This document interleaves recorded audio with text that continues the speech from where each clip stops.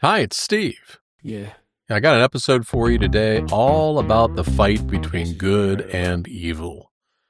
But first, I want to give you a little taste of the new show theme. It's kind of catchy. You'll hear the full theme at the end of the podcast. Folders full of federal files, court documents stacked for miles. Ain't no famous names in here, just the truth that disappeared. Saturday afternoon, August 19th, 2017, Garden City, Georgia. A mother rushes to the crime scene on Dean Forest Road. Police tape, emergency vehicles, and her son's work truck. Engine still running. She doesn't need anyone to tell her what happened. She already knows. When the detective asks if she has any idea who might have done this, Avelina Alvarez doesn't hesitate. His boss killed him. 2 days earlier, her son had filed a federal complaint exposing a $3.5 million criminal conspiracy. 48 hours later, he was dead. I couldn't find any prior podcast coverage of this case. None. Despite a murder, a multi-million-dollar labor trafficking scheme, a life sentence, and a civil verdict that held a major corporation 90% responsible for a man's death. You're about to hear one of the most extreme and certainly the fastest whistleblower retaliation case I've ever documented. If you want the case files and court documents behind this story, you need to have already subscribed at truecrimeunheard.com. That's truecrimeunheard.com. So don't miss out on future episodes if you want to get the secret link to all the court documents. Go and subscribe now. And stick around to the end because I told you, I got that new theme song, and I think you're going to really dig it. It's funky, I like it, and I hope you do too.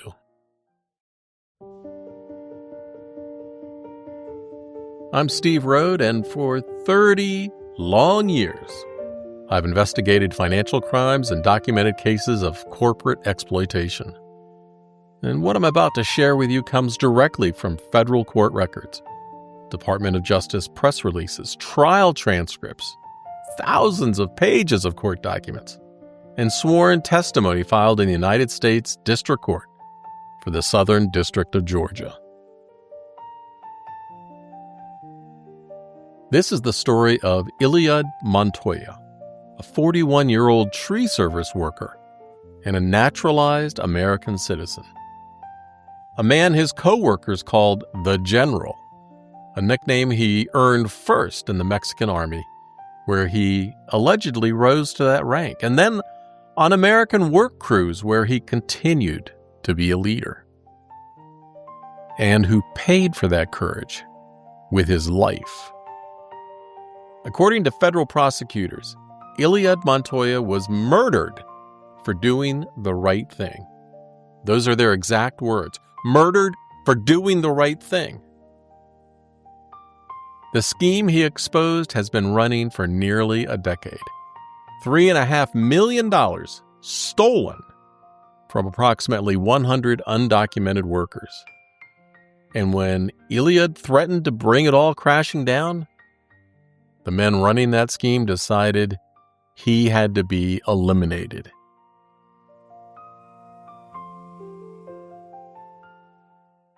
According to the getaway driver's confession, 141 pages of transcript, that word meant exactly what you think it means. Before we go further, let me give you the 4 people at the center of this case. You have Eliud Montoya. He's the victim. A naturalized citizen, a tree service worker, and the man his crew called the General. He's the whistleblower. Then you have Pablo Rangel Rubio, Eliud's supervisor at Wolf Tree. according to prosecutors, the mastermind of the decade-long labor trafficking scheme. He gave the order. Juan Rangel Rubio, Pablo's brother. According to the federal indictment, he pulled the trigger. And then we have Higino Perez Bravo. He's the getaway driver. He dropped Juan off at the travel center about 500 feet down Old Dean Forest Road, and then picked him up at a freeway on-ramp about 1,000 feet from the crime scene. When Juan climbed back in, his shoes were wet and he was very scared. Perez Bravo was paid $26,000 for his role. One victim, 3 conspirators, and a corporation that ignored the warnings. Now let me tell you who Eliud Montoya was. Savannah, Georgia, summer 2017. The heat starts early and it doesn't quit. By 7 a.m., the humidity is already clinging to your skin, and the tree crews are already on the road. To understand what happened on that August Saturday, you first need to understand who Eliud Montoya was. He was born in Mexico, and like millions of others, he came to America seeking opportunity. But unlike many who take shortcuts or live in the shadows, Eliud did it the right way. He filed the paperwork, he waited in the lines, he studied for the civics test, and in 2009, Eliud Montoya raised his right hand and became a naturalized United States citizen. I mean, think about what that means. The applications, the fees, the years of waiting, the interview where they test your English and your knowledge of American history. He earned that citizenship the way you're supposed to earn it, through patience, through persistence, and through playing by the rules. By 2017, he had been an American citizen for 8 years. 8 years of building a life, 8 years of working, 8 years of doing things the right way. He worked for a company called Wolf Tree, a subsidiary of Davey Tree Expert Company, one of the largest employee-owned tree care companies in North America. You might have seen their trucks on the road. His job was trimming trees around utility lines in the Savannah area. And as I said before, his co-workers called him the General. According to his wife Maria's testimony at trial, the nickname wasn't just a figure of speech. Before coming to America, she said Eliud had served in the Mexican army and rose to the rank of general. And when the undocumented workers on his crew were being exploited, cheated out of wages, forced to work under fake names, trapped in a system they couldn't escape, the general was the one who stepped up. According to the prosecutor's opening statement at trial, Eliud Montoya helped those who, because of their immigration status, could not speak for themselves. He was a leader. He was a protector. And those workers needed a voice, and Eliud became that voice. He didn't just file his own complaint. According to court records, he gathered notarized statements from 3 other workers who were being exploited. He organized the evidence. He built the case. He put his name on it when others couldn't risk putting theirs. That's how you earn a nickname like the General. Not by barking orders, but by taking responsibility for the people you care about when no one else will. According to court records, Eliud worked 7 days a week, every day, no exceptions. He was always the first one at the truck in the morning, coffee in hand, checking equipment before anyone else arrived. He was the sole financial provider for his extended family. His mother, Avelina, had stopped working because Eliud could support her. And his wife, Maria, was working a bit, but he was supporting the family as well. They lived at Savannah Pines Mobile Home Park. It's the kind of place you've driven past 100 times without really seeing it. It sits along Dean Forest Road in Garden City, Georgia, a few miles from downtown Savannah, tucked behind a wall of pine trees that block it from casual view. Inside the mobile home park, maybe 100 trailers arranged in neat rows along narrow internal roads. Single wides and some double wides in white and tan and cream, each sitting on a small lot with just enough room for a driveway and a patch of grass. Some residents have added wooden porches or decks, and window AC units hum against the Georgia heat. There's a community pool where kids splash in the summer, and speed bumps that force you to slow down as you drive through. From the air, the white and tan roofs look like dominoes arranged on a green felt table. It's not glamorous. The water goes out sometimes. The rent is higher than you'd expect. But for families like the Montoyas, immigrants working hard and building something, Savannah Pines was home. A place to come back to after long shifts. A place to raise kids and barbecue on weekends. And a place to dream about what comes next. His mother would say it best in an interview given the same day he died. In an interview with WJCL television recorded the day of his murder. He was the only supporter of the family. He sustained all of us. He supported all of us. I didn't work because I was able to stop working, and so did his wife. 567 people would eventually light memorial candles for him online. Strangers who had never met him described him the same way. They heard that he was a very kind man. The Department of Justice would later call him a brave man murdered by criminals. But in the summer of 2017, Eliud Montoya was just a tree trimmer who had noticed something very wrong at his job. And unlike most people who notice wrongdoing, he decided to do something about it. On August 17th, he walked into a federal office and hit submit on his complaint that would wind up getting him killed. And within hours, the phones started lighting up.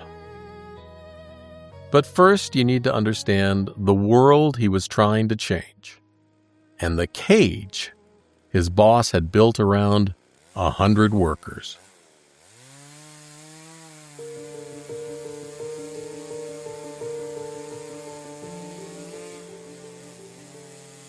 The work site, mid-morning. Trucks lined up along a power easement, men in harnesses climbing, while others feed branches into a wood chipper. This is where Eliud spent his days and where he first saw what Pablo Rangel Rubio was doing.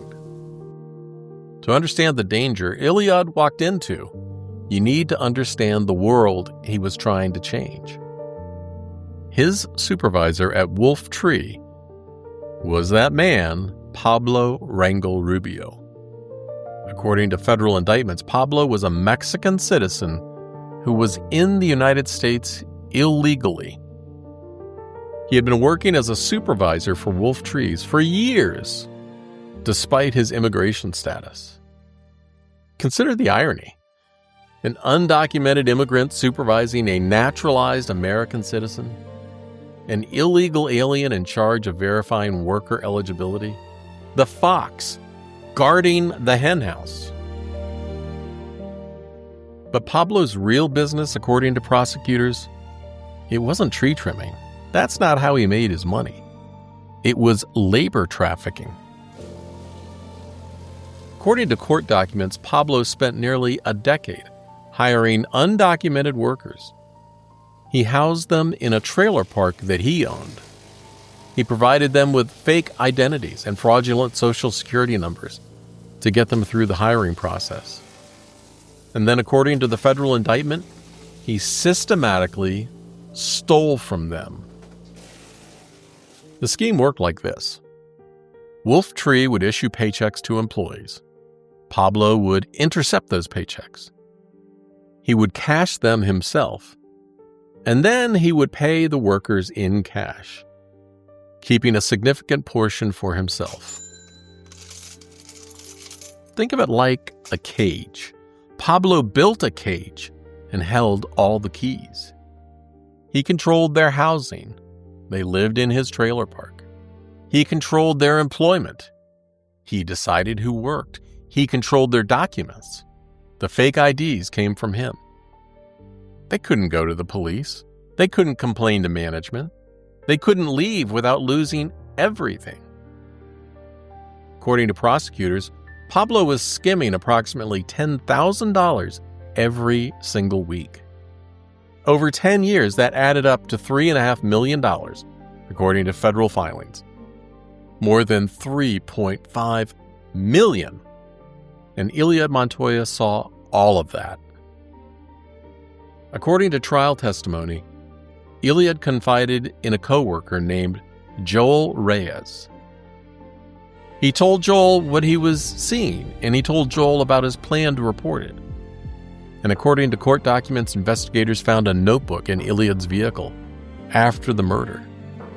And among his handwritten notes was this: "They are always watching me because of a complaint I put on." Joel Reyes would later testify that he warned Eliud. He told him to be careful. He told him the wrangles are big. He told him that Pablo had family who might be willing to do more than just threaten. Eliud filed his complaint anyway. He knew the risk. He filed anyway. Because some things matter more than safety. By Thursday in Savannah, the countdown had a calendar date. August 17th, 2017. And Eliud didn't know he was already on it. Thursday morning, August 17th, 2017, Savannah, Georgia. Temperatures pushing past 90 degrees, with the kind of sticky humidity that clings to your skin. Afternoon thunderstorms are going to be rolling in as they do most summer days in coastal Georgia. Eliud Montoya walked into the Equal Employment Opportunity Commission office with a folder of evidence. According to federal records, he filed a formal complaint alleging that Pablo Rangel Rubio was running an illegal labor scheme. He included notarized statements from other workers who were willing to corroborate what he was saying. This was not his first attempt to stop what was happening. 4 months earlier, in April of 2017, Eliud had reported the scheme directly to his employer, Wolf Tree, and their corporate officials. He put it in writing, a formal internal complaint. And what happened next is documented in the federal indictment. According to prosecutors, Pablo Rangel Rubio obtained a copy of Eliud's written complaint and then did something extraordinary. He read it aloud. He read it in front of the entire Savannah area crew, in Eliud's presence. He stood there and read the complaint that accused him of labor trafficking out loud to approximately 30 workers. Maybe it was intimidation. Eliud is said to have been sick afterwards. And then, nothing. Wolf Tree did nothing. 4 months passed and the scheme continued. The cage stayed locked. So Eliud went federal. On August 17th, he walked into that EEOC office and filed again, this time with the federal government. And the countdown had begun. 48 hours. Saturday, August 19th, another oppressively hot Georgia day. Temperatures in the upper 80s, bright sun beating down through the scattered clouds. According to prosecutors' opening statement at trial, Juan Rangel Rubio's day started early that morning. He called Higino Perez Bravo and told him to meet him at Kroger on Highway 17. And when Perez Bravo arrived, Juan climbed into his white van. And then they went hunting. According to the prosecution, phone location data and surveillance video would later show that white van circling the area of the mobile home park for nearly 4 hours, just waiting for the right time, waiting for the right place. Perez Bravo drove. Juan sat in the passenger seat, scanning out the window, telling Perez Bravo where to turn, where to go. And for 4 hours they circled, watching, waiting. Then Juan told Perez Bravo to drop him off at the Pilot gas station. About 500 feet from Eliud would be found. According to trial testimony, Juan got out of the van carrying a little brown bag. He told Perez Bravo to leave. He would call him when he was ready to be picked up.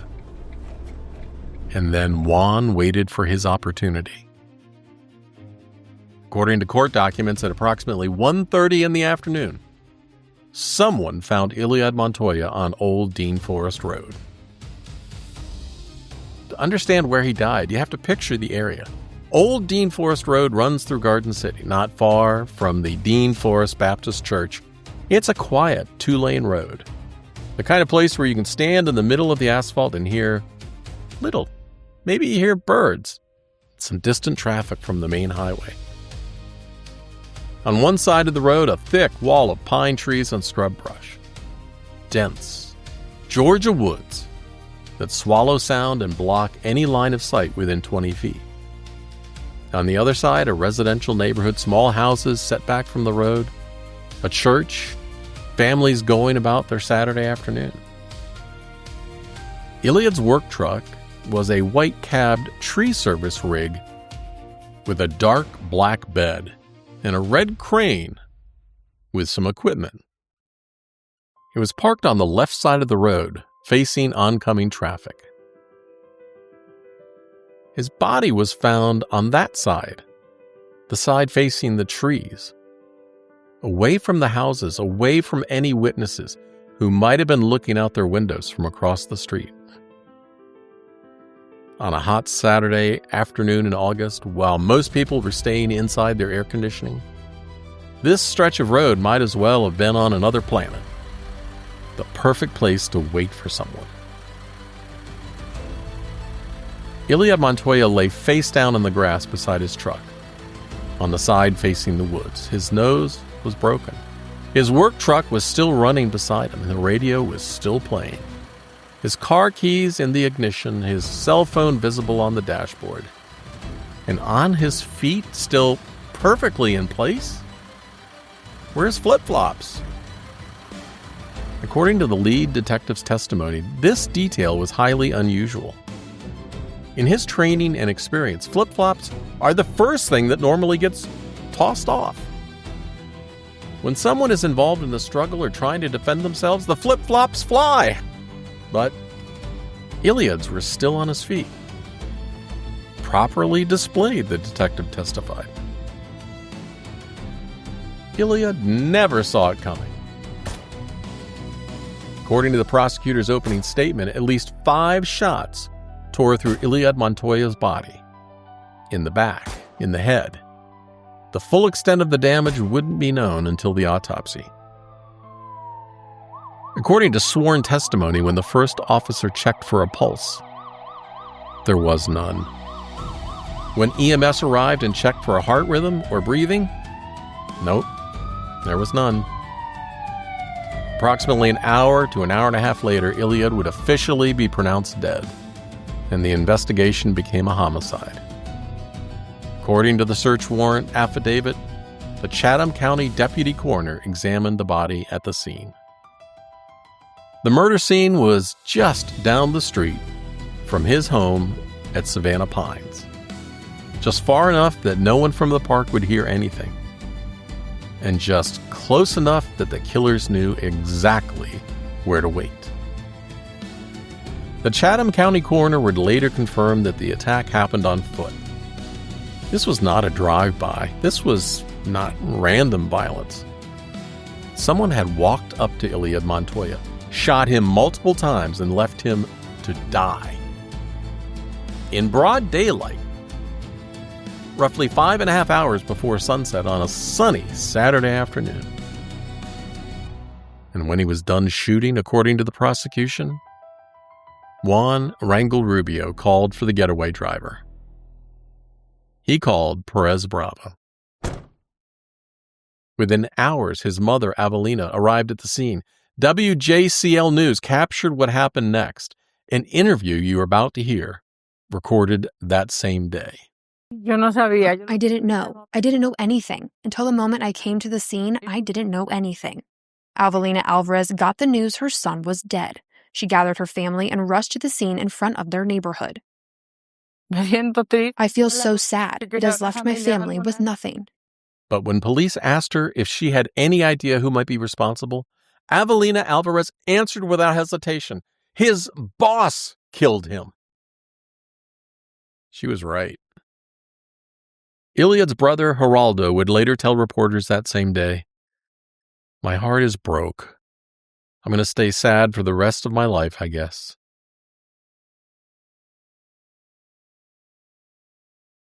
I want to pause here because what happened to Eliud Montoya follows a pattern I've seen too many times in my 30 years of investigating financial crimes. Whistleblower retaliation is real. It's unfortunately probably too common, and it escalates. The typical pattern starts with ostracism, being frozen out, passed over, treated differently. Then come the threats, sometimes veiled, sometimes explicit, and then job loss, and in the most extreme cases, physical violence. What makes this case different isn't the pattern. No, it's the speed. 48 hours from federal complaint to murder. That kind of rapid escalation tells you something. It tells you the person running this scheme was so threatened by what Eliud knew and so confident in their ability to silence him that they moved immediately. Pablo Rangel Rubio wasn't just running a fraud. According to prosecutors, he had built a cage around nearly 100 workers. He housed them, he employed them, he held their documentation, and when one of those workers, one who had become an American citizen, couldn't be controlled the same way and threatened to expose everything, Pablo allegedly saw only one option: elimination. And here's the question I keep coming back to. Who benefits if Eliud stays quiet? Well, Pablo, obviously. His brother Juan? Yeah. The entire system that led to this scheme run for a decade? Yeah. And maybe, I don't want to be cynical and I don't want to be accusatory, but maybe the corporation that was supposed to be verifying workers wasn't. And I'll come back to that question. Let me ground us in what just happened. Eliud Montoya filed a federal complaint on Thursday. By Saturday afternoon, he was gunned down and left for dead on a rural Georgia road. His mother arrived at the scene and told police exactly who was responsible: his boss. Now, investigators are about to search that boss's property, and what they find will confirm everything Eliud died trying to expose. According to court records, detectives interviewed the family that same day. They speculated that they knew who had killed the decedent. They gave police a name: Pablo Rangel. And investigators tracked down Joel Reyes, the co-worker Eliud had confided in. According to trial transcripts, Joel was visibly shaken when detectives found him. He told them he didn't want any trouble. He told them Eliud had been fearful for his life, and he told them Eliud knew retaliation was coming. And when the detective asked Joel if he knew who might have done this, according to court transcripts, Joel didn't hesitate either. He gave him the same name, Pablo Rangel. By Sunday, investigators were working around the clock. According to federal court records, police obtained search warrants for Pablo Rangel Rubio's property within 24 hours of the murder. 20 officers descended on a 26-acre compound at 275 Milton Ron Road in Rincon, Georgia. The property they called the farm. In an oppressive Georgia heat, they searched for 3 to 4 hours. What they found painted a picture. According to court documents, the compound consisted of 4 to 5 trailers scattered across the acreage. Juan Rangel Rubio, Pablo's brother, lived in a pull-behind camper on the property. Canine units moved through the wooded area, checking outbuildings and sheds. And then they found the weapons. According to court records, the total weapons haul from the property was staggering. 14 firearms in all, 6 pistols, 6 rifles, 2 shotguns, all belonging to men who were in the country illegally. Canine units searched wooded outbuildings and sheds. Inside a cramped trailer showing signs of recent habitation, investigators made a discovery that would prove damning at trial. According to prosecutor Tanya Groover's testimony, inside the defendant's oven, hidden where no one would usually think to look, they found .22 caliber Magnum ammunition, Exhibit 27, hollow point, metal-jacketed rounds, the same caliber used to kill Eliud Montoya. Among the other ammunition seized, CCI Maxi Mag 22 Winchester Magnum hollow point rounds. The packaging was marked Varmint and Small Game. These bullets, designed to expand on impact for maximum tissue damage, matched the bullets recovered from Eliud's body. And within 48 hours of Eliud's death, according to court records, the FBI and the Department of Homeland Security had joined the investigation. The scope of what investigators had uncovered required more than local resources. This wasn't just a murder, this was a federal conspiracy investigation. As investigators dug into Pablo Rangel Rubio's operation, the scope of what Eliud had been trying to expose became clear. According to the federal indictment, Pablo had been running his scheme since approximately 2007. For nearly 10 years, he had systematically exploited undocumented workers who had no ability to report him without risking deportation. The operation was sophisticated. According to court documents, Pablo built a complete system of control.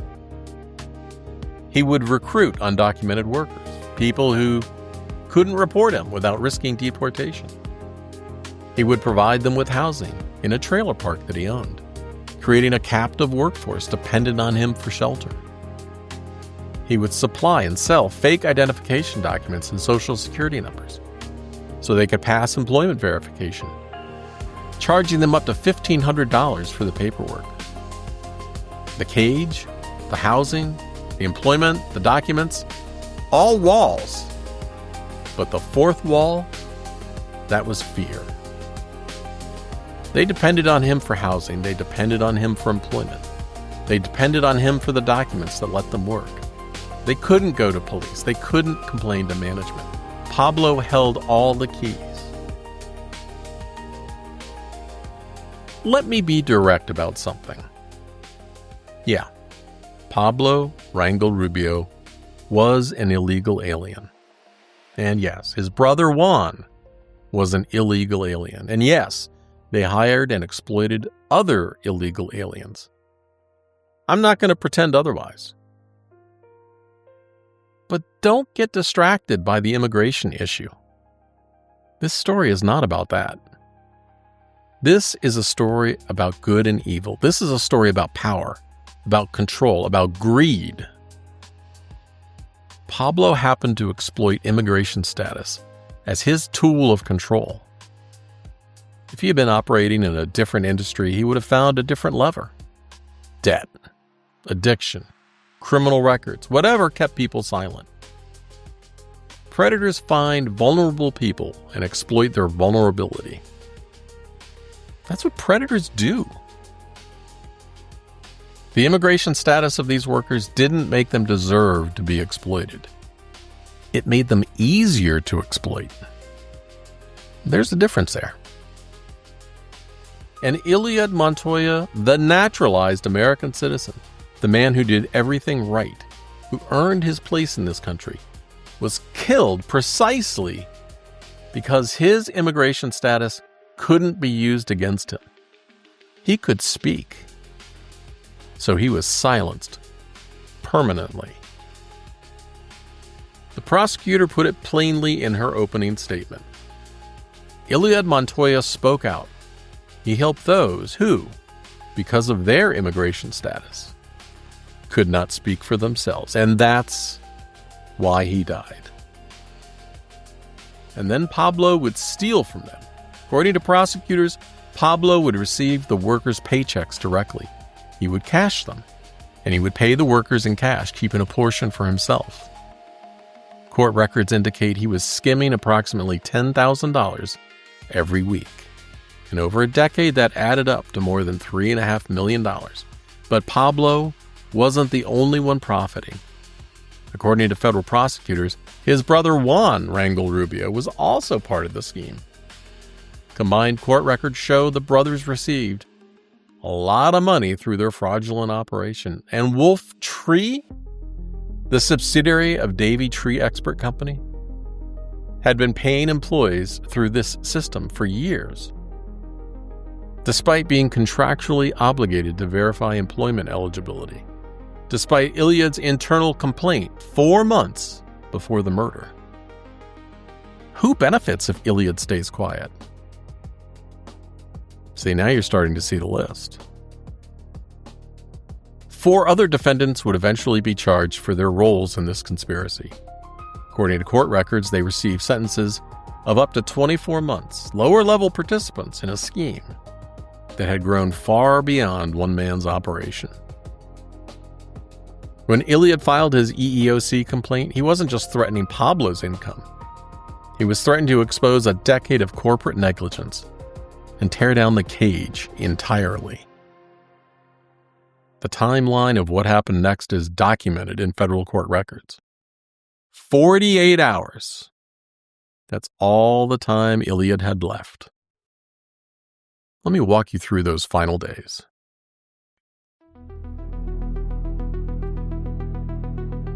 April 24th, 2017. 4 months before the murder, Eliud reports the labor trafficking scheme directly to Wolf Tree corporate officials. He puts it in writing, a formal internal complaint. And then something extraordinary happens. According to the federal indictment, Pablo Rangel Rubio obtains a copy of Eliud's written complaint, and within days, he decides to make an example of the man who filed it. According to trial testimony from Oscar Cruz, one of Pablo's crew leaders, Pablo told him to call a meeting of all Savannah area employees.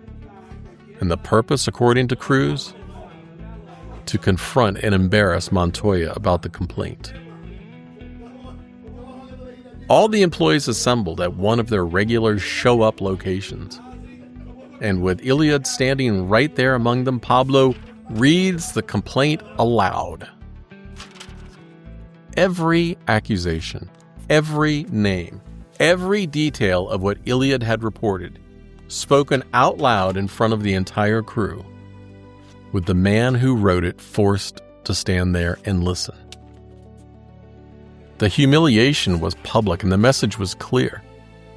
Nothing's going to happen. And this is what happens when you talk. But the company didn't just ignore the complaint. According to Oscar Cruz's trial testimony, they went further. Cruz testified that he overheard a conversation between Wolf Tree managers Michael McCollum, David Jackson, and Chris Branch. According to Cruz, they said they wanted to prepare a paper trail so they could fire Montoya. Not investigate his complaint, not protect a whistleblower, but build a case to terminate him. And that's exactly what they did. The paper trail was coming. Pablo kept running his operation. The cage stayed locked. And the man who tried to tear it down and protect workers, well, he was about to learn just how far the company would go to silence him. Eliud must have been furious. Maybe he felt betrayed. But whatever he felt, he didn't give up.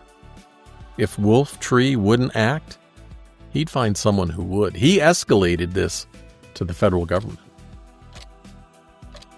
July 14th, 2017, 36 days before the murder, Eliud receives his paycheck along with an envelope from the Equal Employment Opportunity Commission. He's preparing to escalate. According to evidence photos, investigators would later find that envelope among Eliud's belongings. A manila envelope from the EEOC's Savannah local office, and inside was his paycheck stub from Wolf Tree. Check number 56867. His employee number. His hourly wage, $17. Net pay that week, $577.87. And in the corner, his 401k contributions. He had been saving for retirement, planning for a future he never would see. July 27th, 2017. 23 days before the murder, Joel Reyes, Eliud's co-worker, files his own complaint about the scheme. According to trial testimony, Joel warned Eliud to stop.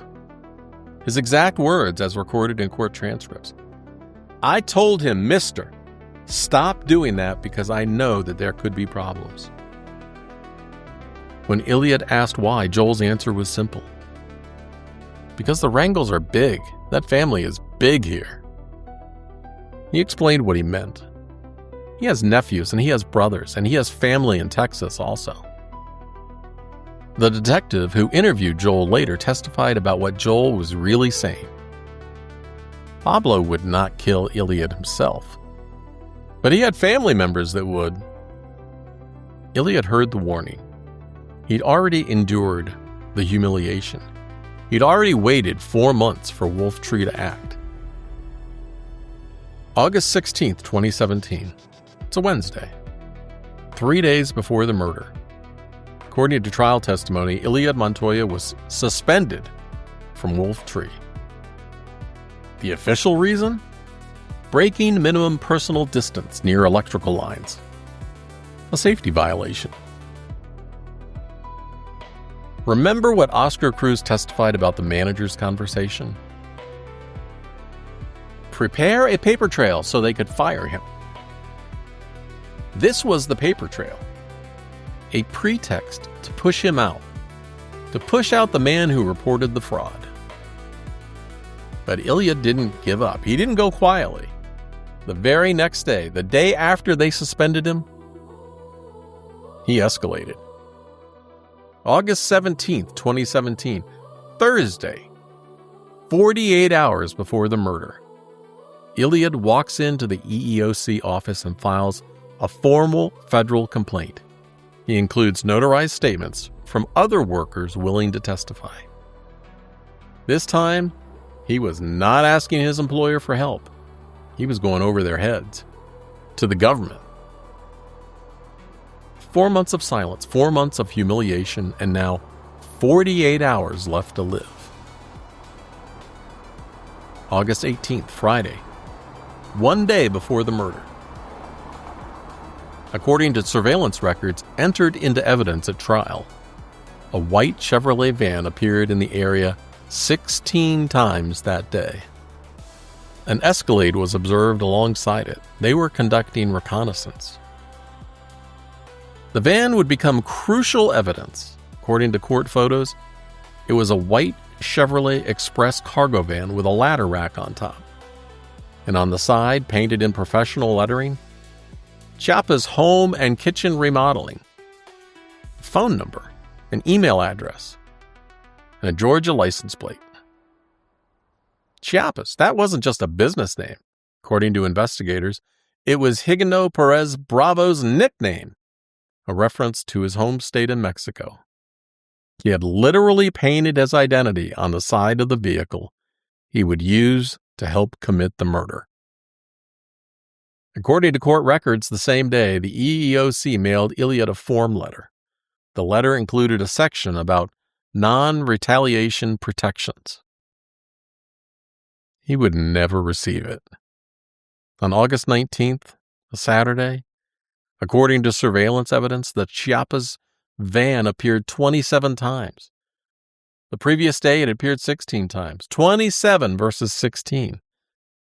They were closing in. Phone records entered into evidence showed 8 calls between the conspirators between 12:17 and 12:35 p.m. The last call was to Pablo Rangel Rubio.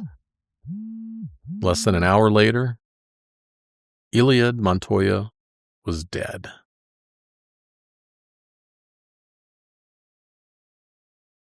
We're at the point in this story where everything changes. Eliud Montoya is dead. His family knows who's responsible. Investigators have found the weapons, the ammunition, the evidence of a decade-long criminal enterprise.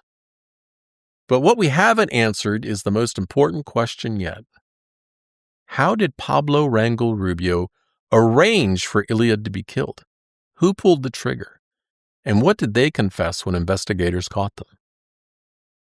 Hey, if this story is hitting you the way it hit me when I first discovered it, I want you to know there's more. Full case files, court documents, the evidence that convicted 3 men. If you're a subscriber, you would have gotten an email from me when this show dropped with the secret link on how you can download that. It's not too late to subscribe for the next one. Just go to truecrimeunheard.com. You can follow me on Facebook, Instagram, and maybe YouTube. You can join my Substack for deep dives like this one. Just search for true crime cases you haven't heard. Now, let me tell you how they planned a murder.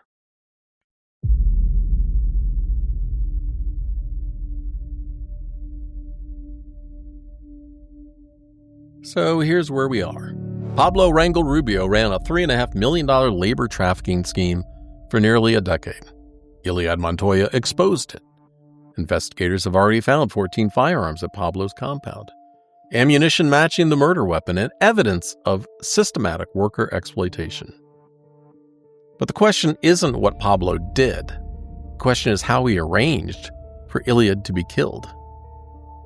And according to prosecutors, he paid for it. According to the federal indictment, Pablo Rangel Rubio didn't pull the trigger himself. He kind of paid someone to do it. Court records show that Pablo recruited 2 other men to help carry out the murder.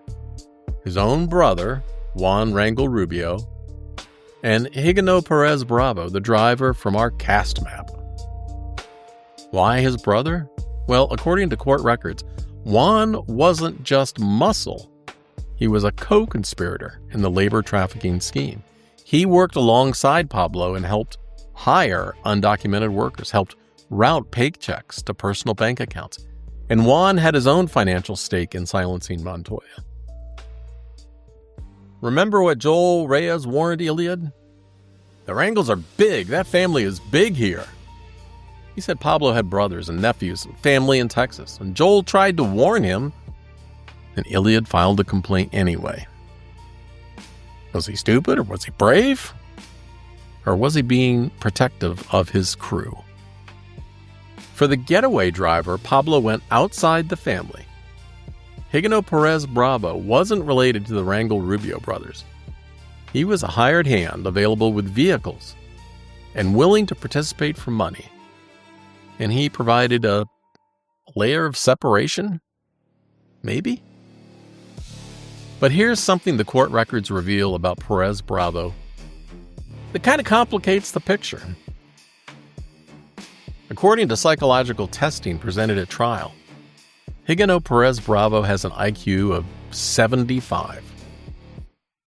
That's borderline intellectual functioning, just 5 points above what's classified as mild intellectual disability. He came from a rural area of Mexico with limited formal education. And expert testimony suggested he struggled to understand complex language, including legal Spanish used in his Miranda warnings. All right, look, I got to stop here because I found something in the court records that I'm still kind of wrapping my head around. A linguistics professor testified in this case, Dr. Robert Leonard from Hofstra University. That's a respected private school out on Long Island. This guy is a forensic linguist. He studies how language works in legal settings. He's testified in federal courts all over the country. And he examined the Spanish language Miranda form, the standard one, the form the FBI uses and Homeland Security and federal agencies use everywhere. And here's what blew me away. The form uses the word tribunal for court and a different word for provide. And according to Dr. Leonard, working class Spanish speakers from rural Mexico, they don't know these words. They've literally never heard them. It's like reading someone their rights in Shakespeare. I mean, technically it's English, yeah, sure, but kind of functionally useless. The everyday word for court in Mexican Spanish is corte. Everyone knows corte. But the official form says tribunal.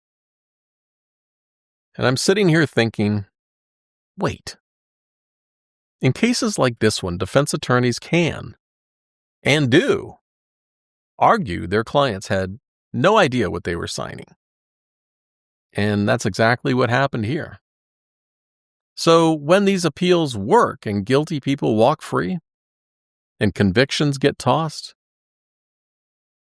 what was the fix? Simple. Translate the form into Spanish people actually speak. That's it. Cost nothing. But at the time of this confession, the federal form still said tribunal.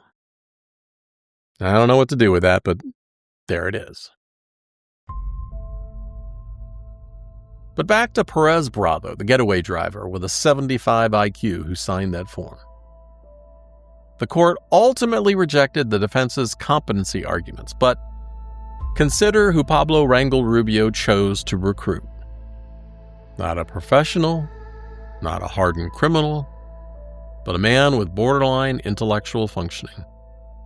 An undocumented immigrant from a vulnerable population. The same kind of person Pablo had been exploiting for a decade. Perez Bravo wasn't a mastermind. That doesn't excuse what he did. I mean, he made a choice. He took the money. He dropped off the killer, and he waited for him to call to pick him up. But it does raise a question. Was Higino Perez Bravo a co-conspirator? Or was he in some way one more person Pablo Rangel Rubio used and discarded? According to prosecutors, Pablo had been making payments to Perez Bravo in the months before the murder. Court records document a check for $6,000 in May and a wire transfer of $20,000 in June. $26,000. In the federal filings, that's the documented price of Eliud Montoya's life. And he didn't even pull the trigger. The roles were clearly defined. According to court testimony, Juan Rangel Rubio would be the shooter. Higino Perez Bravo would be the driver.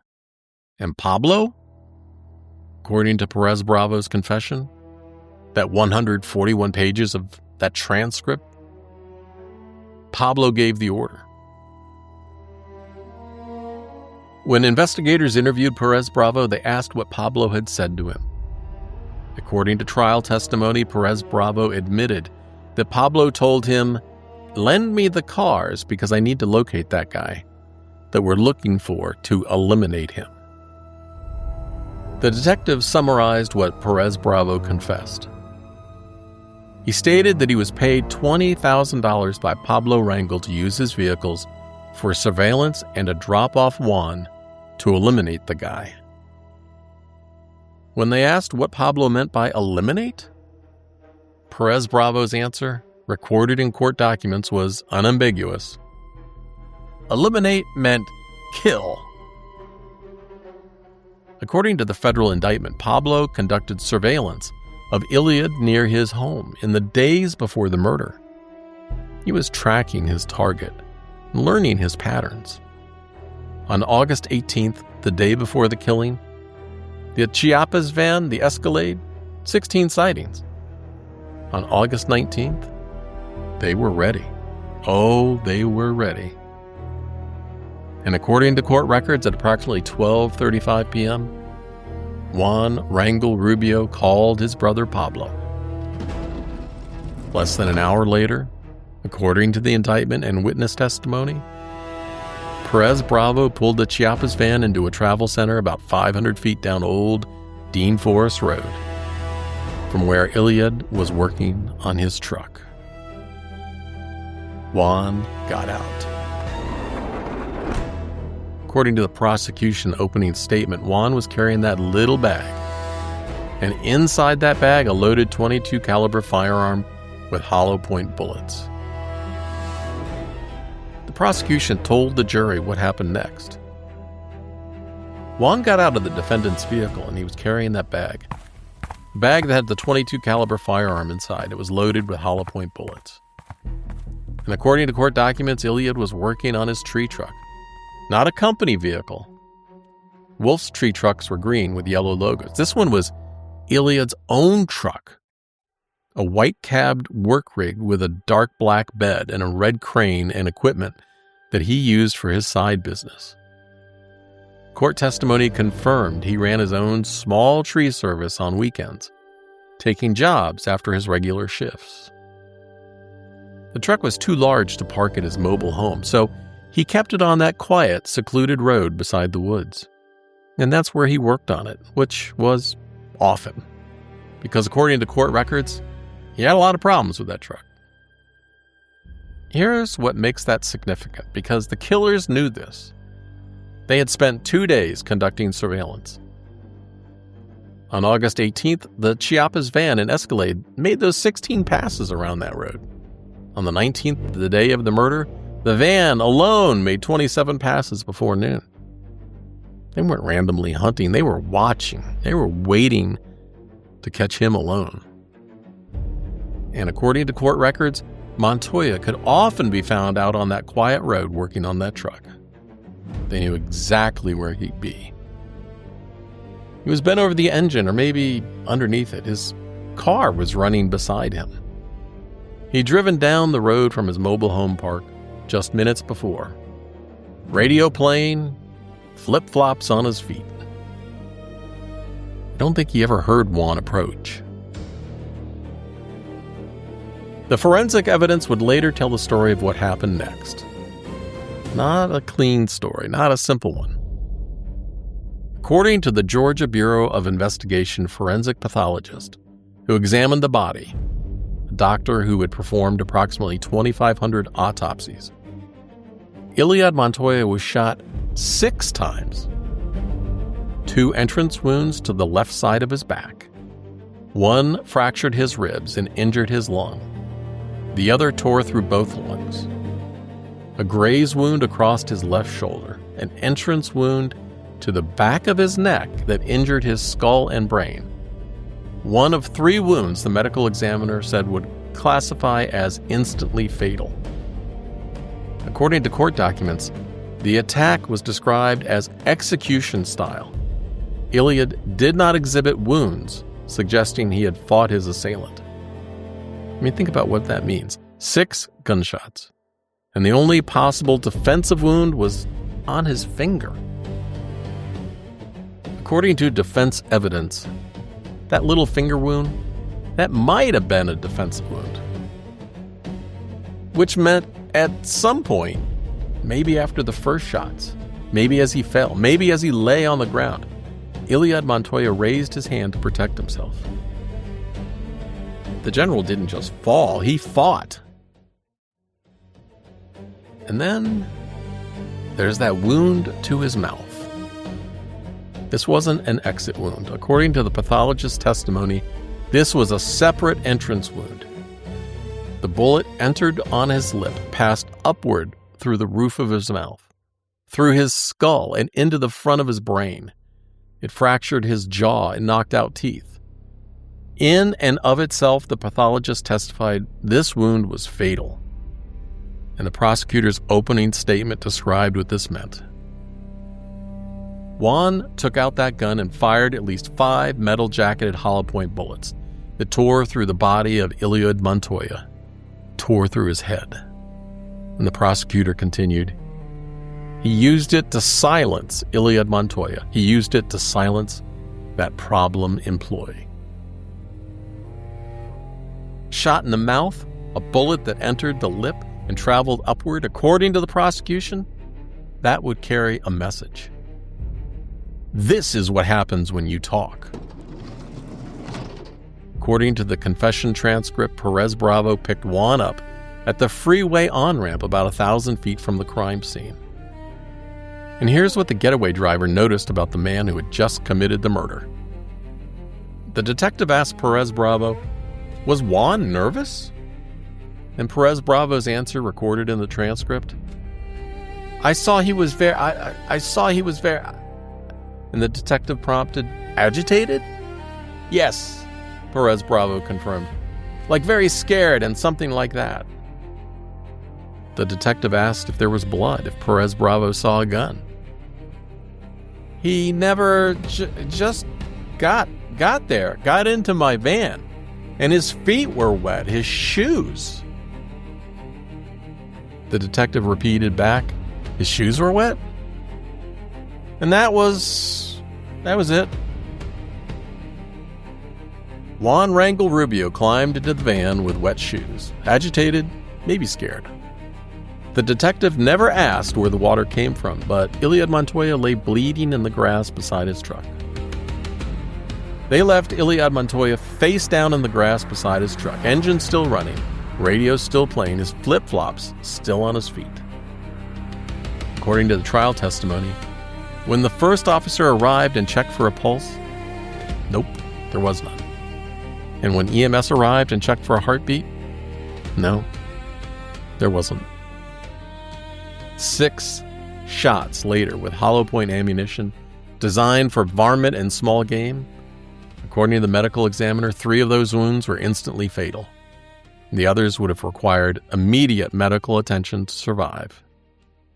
And the general never had a chance.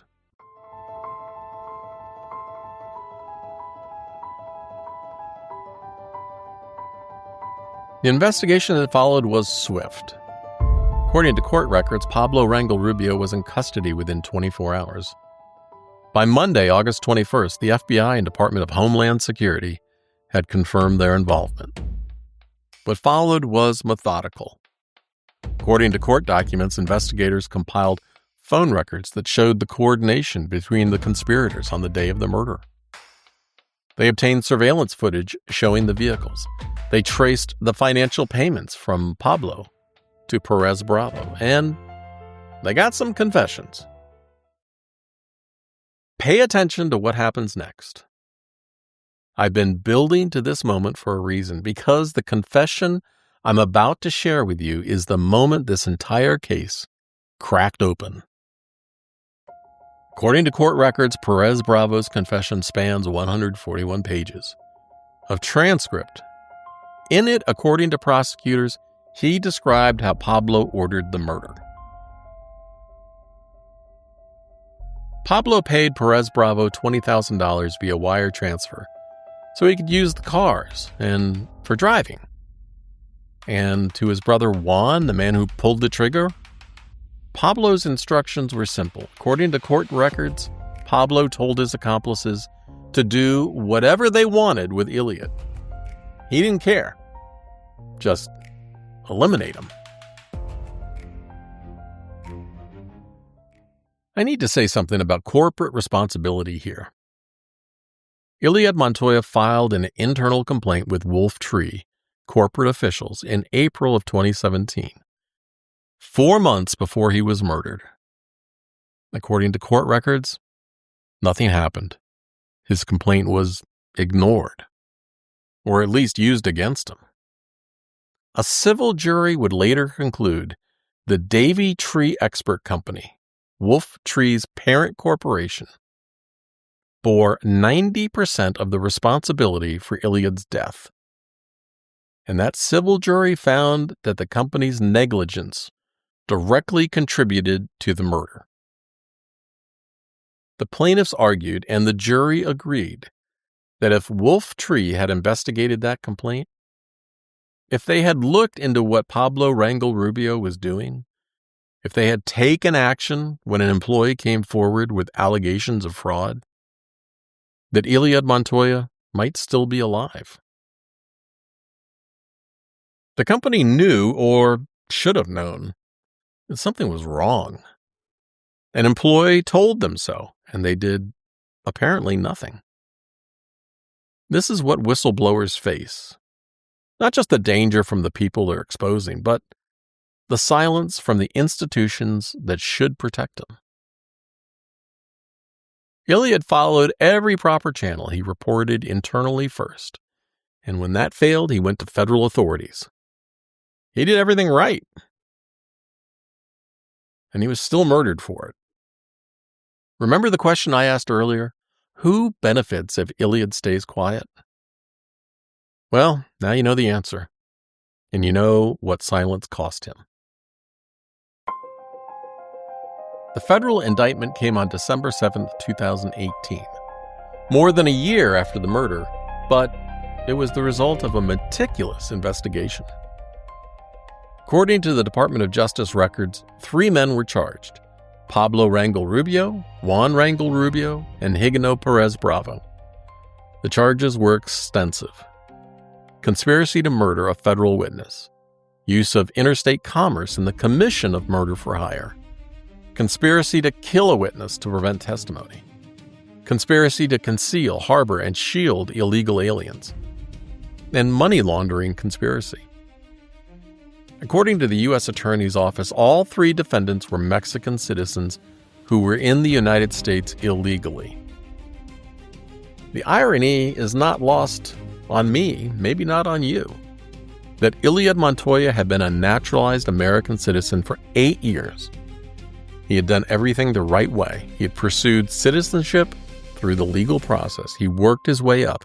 He supported his family, and he was living the American dream. And his killers had been in the country illegally the entire time he was building that life.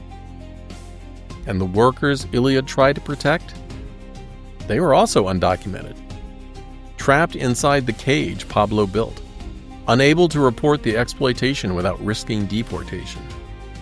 The perpetrators weren't just undocumented, they were undocumented immigrants exploiting other undocumented immigrants and using their shared vulnerability as a weapon. Eliud was the one person in the system who could speak up without fear of deportation. And that's exactly why they killed him. The government considered seeking the death penalty.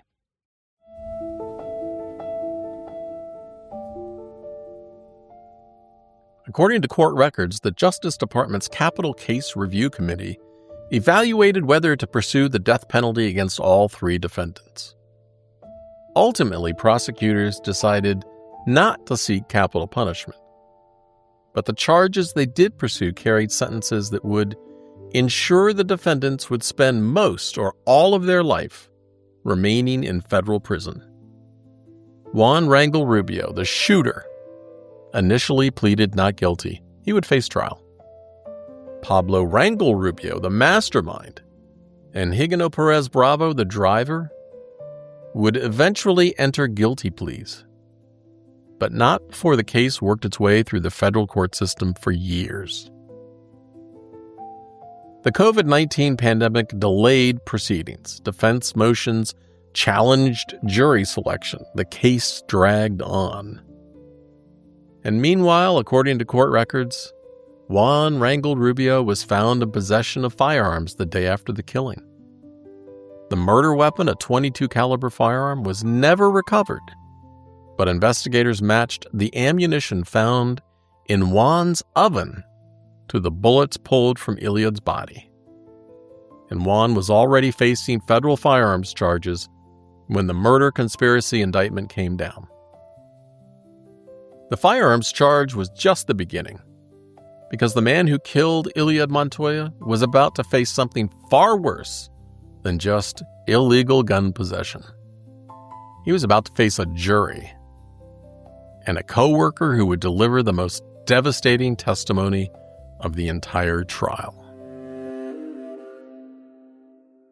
5 years after the murder, October 2022. Now, we've established the scheme. $3.5 million stolen from roughly 100 workers.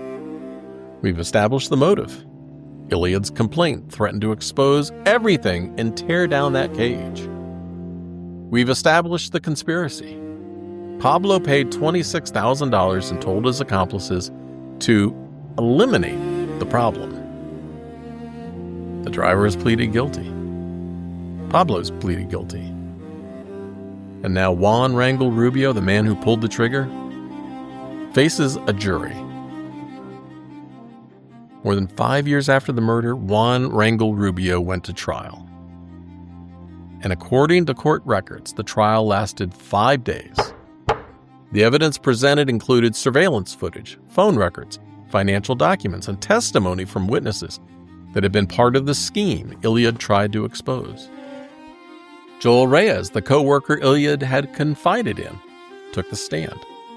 According to trial transcripts, he testified about the warnings he had given Eliud, about the fear in Eliud's voice when he talked about being watched, and about the moment he learned his friend was dead. When asked if he was surprised that Eliud was dead, Joel's answer was simple.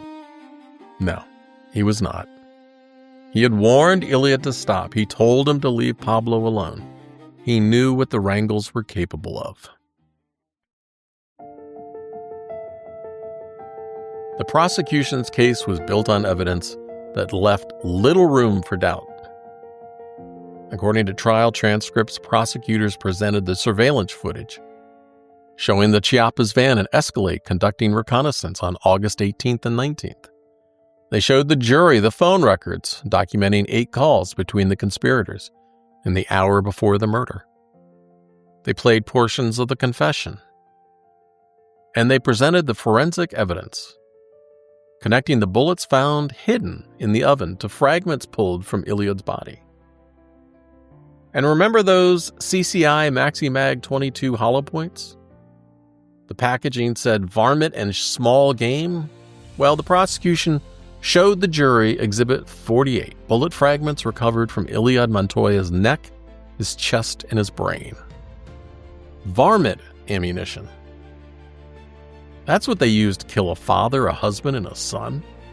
Bullets designed to expand on impact to cause maximum damage to small animals. This wasn't a crime of passion with whatever weapon was at hand. This was calculated. And the prosecution's closing argument, according to trial transcripts, included a stark interpretation of the evidence. Eliud had been shot in the back. He'd been shot in the head. He'd been shot in the mouth. And according to prosecution, that last shot would carry the message. Shot in the mouth to shut your mouth. That was the theory. Eliud was killed not just to stop him from testifying, but to send a message to anyone else who might consider speaking up. Silence him permanently, and silence everyone else through fear. That was the prosecution's case. 5 days of evidence, surveillance footage, phone records, confessions, the testimony of a co-worker who said he wasn't surprised when Eliud died, because he warned him this would happen. Now a jury had to decide. Everything The life sentence, the justice, the accountability. It all came down to 12 people in a Georgia courtroom. Guilty. That word, after 5 years, after thousands of pages of evidence, after testimony from the man who warned Eliud this would happen. Guilty.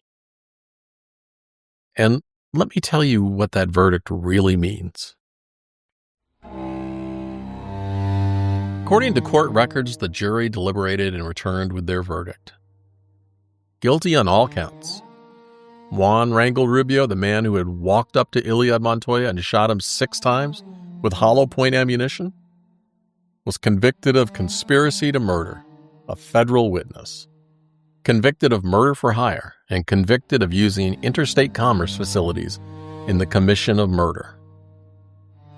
With the trial concluded, Pablo Rangel Rubio entered his guilty plea, and according to court records, he admitted to his role as the mastermind, the man who had ordered the killing, and the man who said, "Eliminate him." Higino Perez Bravo had already pleaded guilty to his role as the getaway driver. All 3 men now face sentencing. I've covered a lot of cases over the years. I've seen verdicts that brought closure, verdicts that felt hollow, verdicts that came too late, and this verdict was different. When you hear the words life in federal prison, you might not fully grasp what that means.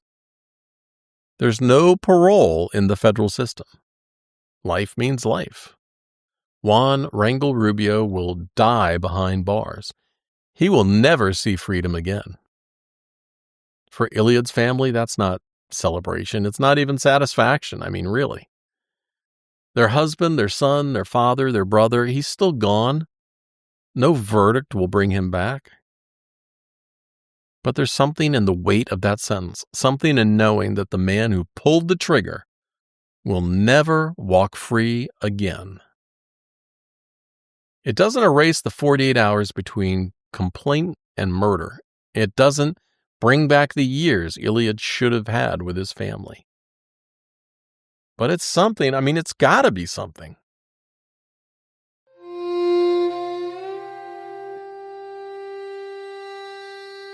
The criminal case is over. Juan Rangel Rubio, life without parole. Pablo Rangel Rubio, effectively, life. Nearly 49 years. And Higino Perez Bravo, 20 years. 3 men who may all die in prison. But the legal consequences didn't end with the murders. The corporation that ignored Eliud's warnings, the company that was contractually obligated to verify workers and didn't, they faced consequences too. Well, sort of. The sentencing hearings brought the full weight of federal justice. According to Department of Justice records on April 10, 2023, Judge Lisa Godbey Wood pronounced sentence on Juan Rangel Rubio. Spring had finally arrived in Savannah, and temperatures in the mid-60s, a brisk wind blowing outside. And outside the federal courthouse, the world was coming back to life after winter. Inside, a different kind of finality. Life in federal prison for Juan, no possibility of parole. Juan Rangel Rubio will die in prison. He appealed, and according to the 11th Circuit Court of Appeals on April 25, 2024, his appeal was denied. The court affirmed his conviction on all counts. 6.5 years after Eliud Montoya was gunned down on a sunny Saturday afternoon, the legal process was finally, completely over. The life sentence stands. There's no further appeal. According to court records, Juan was also ordered to pay restitution to Eliud's estate. On paper. In reality, though, a man serving life without parole, an undocumented worker who had nothing to begin with, he'll never pay a dime. The restitution order is a legal formality, a line in a judgment that means nothing to Eliud's widow or his mother. Pablo Rangel Rubio, the mastermind, was sentenced in November of 2022. 5 years and 3 months after the murder, Pablo stood in a federal courtroom as temperatures outside barely cracked 50 degrees. That gray November sky matched the mood, a far cry from the sweltering August day when his brother gunned down Eliud Montoya under a blazing Georgia sun. According to Department of Justice records, Pablo received 584 months in federal prison. That's 48.6 years. At 49 years old at the time of the crime, Pablo Rangel Rubio will be nearly 100 years old before he's eligible for release. Effectively, a life sentence.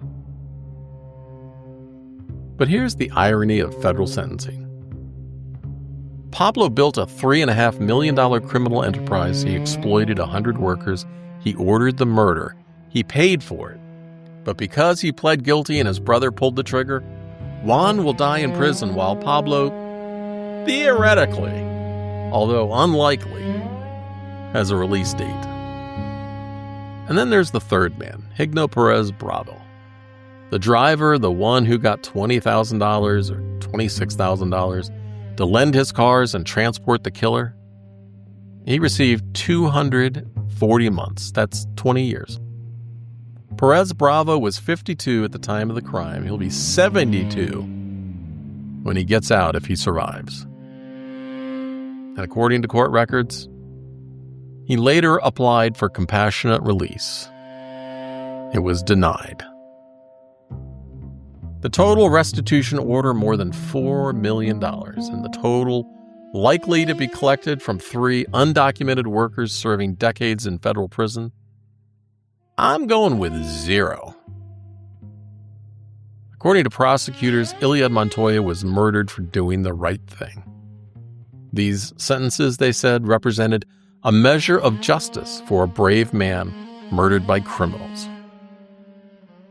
But justice in this case means prison cells, not financial recovery for the family left behind. And there's one more piece of this story, because the criminal convictions were only part of the accountability. The corporation that ignored Eliud's warnings, the company that let this scheme operate for a decade, well, they wound up facing consequences too. And what those consequences reveal about corporate accountability in America might be the most troubling part of this entire case.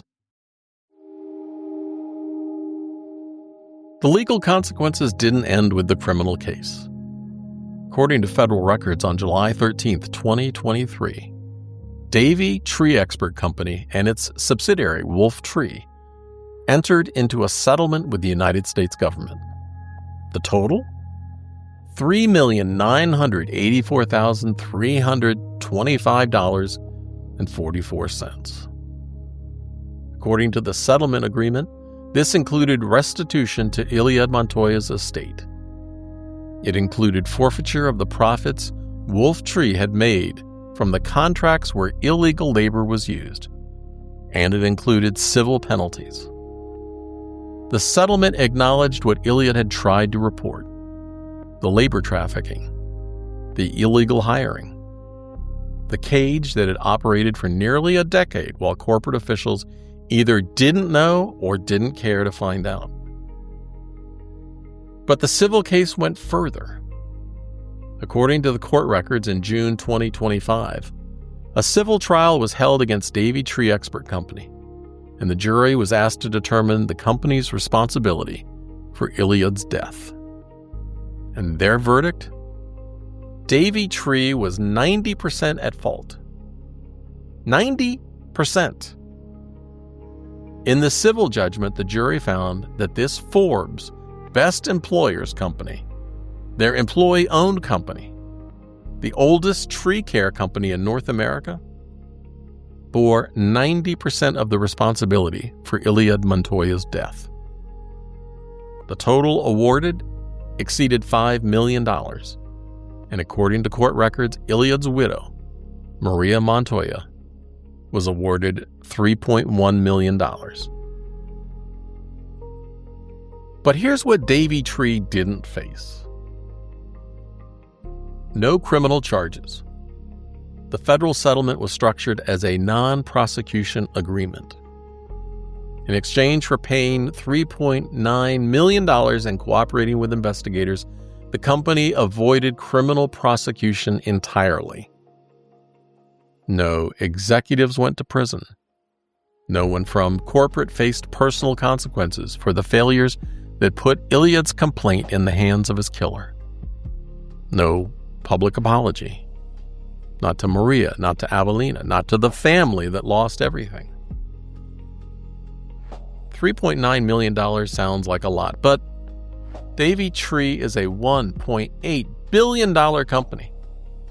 That settlement represents less than 0.25% of their annual revenue. Maybe it's just the cost of doing business. The 3 men who murdered Eliud Montoya will spend the rest of their lives in federal prison.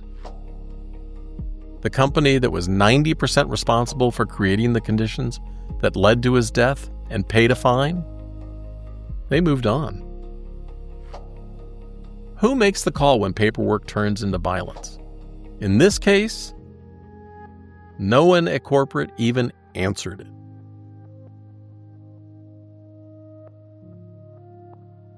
At sentencing, Judge Wood addressed one of the killers directly. According to court transcripts, she said, "The evidence at trial showed that the victim, Mr. Eliud Montoya, took a brave and righteous path to complain to the EEOC about mistreatment. And in response to Mr. Montoya voicing complaints, you conspired to shoot him in the mouth." A brave and righteous path. That's how the federal judge described what Eliud did. So that's it, $11 million. That's the price tag on Eliud Montoya's murder. The criminal restitution, the federal settlement, the civil verdict. But no amount of money will bring him back. His mother, Avelina, spoke to WJCL television on the day her son died. You heard her voice earlier in this episode. Now, listen to what else she said. Mother's plea, recorded just hours after losing her son. And she hopes he gets the justice he deserves. Yo deseo que agarren a la persona. I hope they catch the people that did this. I hope they are held and punished. Eso es todo. Que no quede impune. That's all he would have wanted. He was not a bad person. I've spent weeks reading through these court documents. Trial transcripts, witness statements, federal filings, thousands of pages. Subscribers at truecrimeunheard.com got the link, the secret link, to download those documents when this episode dropped. Primary sources matter. I want to speak directly to Eliud's family for a moment, to Maria, to Avelina, to his children, to anyone who loved him. I've read thousands of pages describing the worst thing that ever happened to your family. And here's what I need you to know. In all of those pages, in all of that testimony, not a single person, not one, had a bad word to say about Eliud. His coworker, Joel Reyes, when asked about him by detectives, said simply, he was a good guy. That's how the people who worked alongside him remembered him. The federal prosecutor in open court said he spoke out and helped those who, because of their immigration status, could not speak for themselves. That's how the United States government described your husband, your son, and your father. A federal judge called what he did a brave and righteous path. And those are the words in the official record. Brave and righteous. The detective who caught his killers described him as what I would deem as a whistleblower, a man who tried to do the right thing. His co-workers called him the general, remember? They looked up to him. Not because he gave orders, but because he led. Because when something needed to be done, he did it. And because he looked out for the people who couldn't look out for themselves. And that leadership, that courage, it's what got him killed. Because he refused to stay silent. Because he filed the complaint anyway. That's who the general was. He worked 7 days a week every single day so his mother could stop working. To care for his wife and children. He carried his whole family on his back. And I don't think he ever complained about the weight. And when he saw nearly 100 workers being exploited, trapped inside a cage they couldn't escape, he spoke up for them. Even when his first complaint was ignored. Even when his friend warned him, the wrangles are big. Even when Pablo humiliated him in front of his coworkers. And even when he wrote in his notebook, "They are always watching me." He filed his complaint anyway, because that's who he was. Remember that EEOC envelope the investigators found among his belongings? His paycheck stub, his employee number, and his 401k contribution. He was saving for retirement. $17 an hour, putting away money for a future he believed in. He did everything right. He became a citizen. He worked every single day. He saved for tomorrow. And they killed him for it. And when they shot him 6 times, from behind like cowards, his body was found in the grass beside his still running truck, just down the street from home. He never had a chance to say goodbye. But I think your father was a hero. And I think the court records prove it. And I think the testimony proves it. The prosecutors proved it. I hope you know that. And I hope you have always known it. And I hope that now more people will know it too. I started this episode by telling you that this case was never covered on a podcast before. I still think that's true.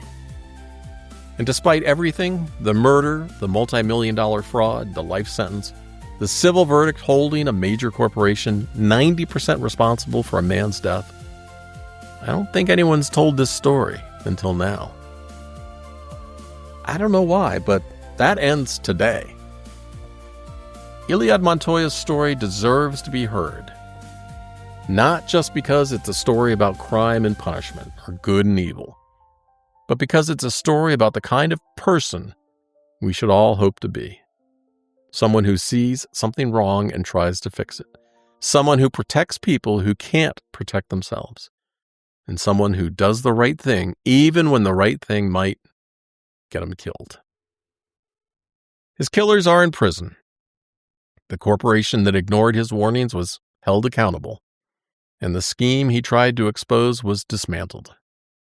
The cage he tried to tear down is gone, and the workers he tried to protect saw the men who exploited them brought to justice. Eliud Montoya didn't live to see any of that, but it happened because of him. And to his children, your father was the kind of man any of us would be proud to call a friend. I know I would. The kind of man who makes you believe people can still be good. And the court records are full of evidence and exhibits, but the most important thing in those records is the picture they paint of who your father was.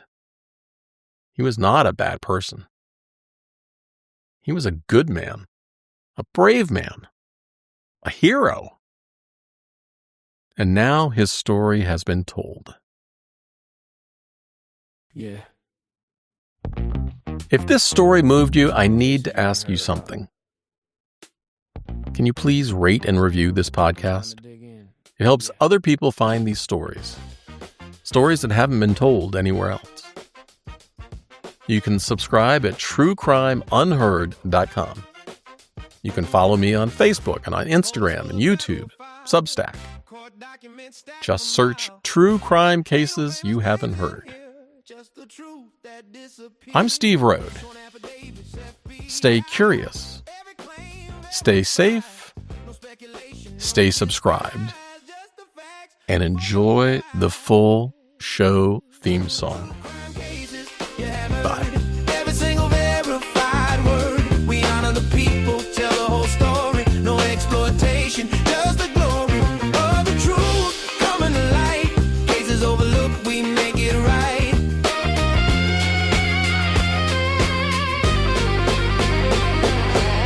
Victims ain't just plot devices, not just names, not just crisis. Families deserve the dignity. Stories told with integrity. 30 years I walked this road. Investigations heavy load. From the dispatch desk to the mic, getting every detail right. True crime cases you haven't heard. Every single verified word. We honor the people, tell the whole story. No exploitation, just the glory of the truth coming to light. Cases overlooked, we make it right.